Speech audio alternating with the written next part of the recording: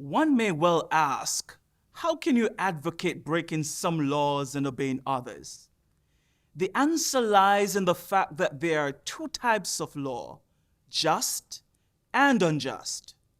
I would be the first to advocate obeying just laws. One has not only a legal but a moral responsibility to obey just laws. Conversely, one has a moral responsibility to disobey unjust laws. I would agree with St. Augustine that an unjust law is no law at all. Now, what is the difference between the two? How does one determine whether a law is just or unjust? A just law is a man-made code that squares with the moral law or the law of God. An unjust law is a code that is out of harmony with the moral law. To put it in the terms of St. Thomas Aquinas, an unjust law is a human law that is not rooted in eternal law and natural law. Any law that uplifts human personality is just. Any law that degrades human personality is unjust. All segregation statutes are unjust because segregation distorts the soul and damages the personality. It gives the segregator a false sense of superiority and the segregated a false sense of inferiority.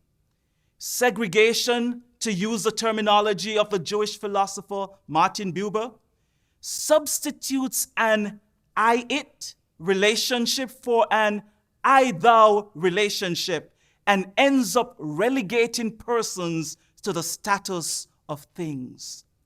Hence, segregation is not only politically, economically, and sociologically unsound.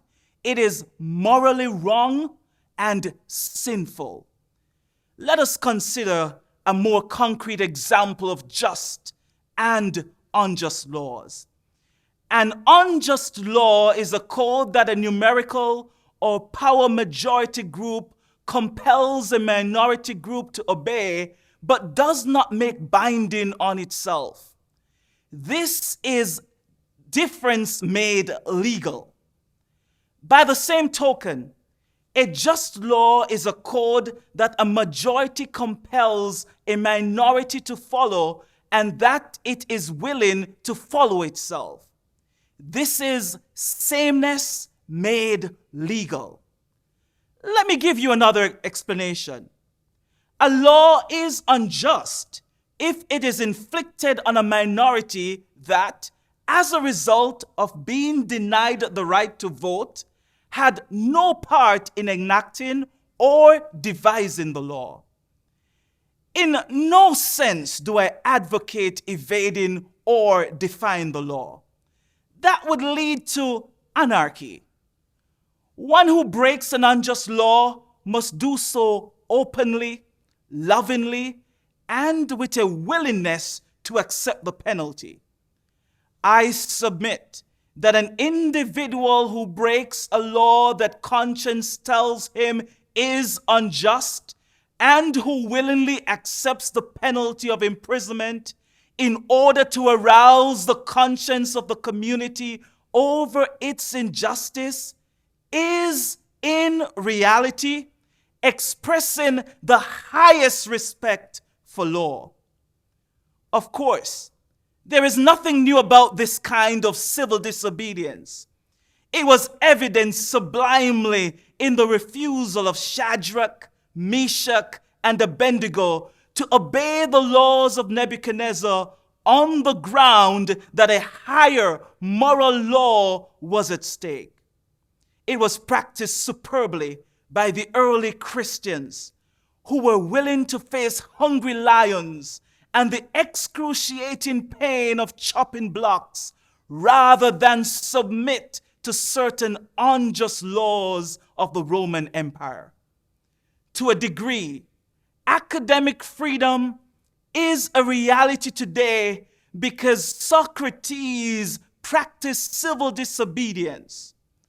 In our own nation, The Boston Tea Party represented a massive act of civil disobedience. We should never forget that everything Adolf Hitler did in Germany was legal, and everything the Hungarian freedom fighters did in Hungary was illegal.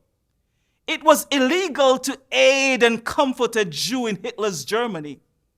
Even so, I am sure that had I lived in Germany at the time, I would have aided and comforted my Jewish brothers. If today I lived in a communist country where certain principles dear to the Christian faith are suppressed, I would openly advocate disobeying that country's anti-religious laws.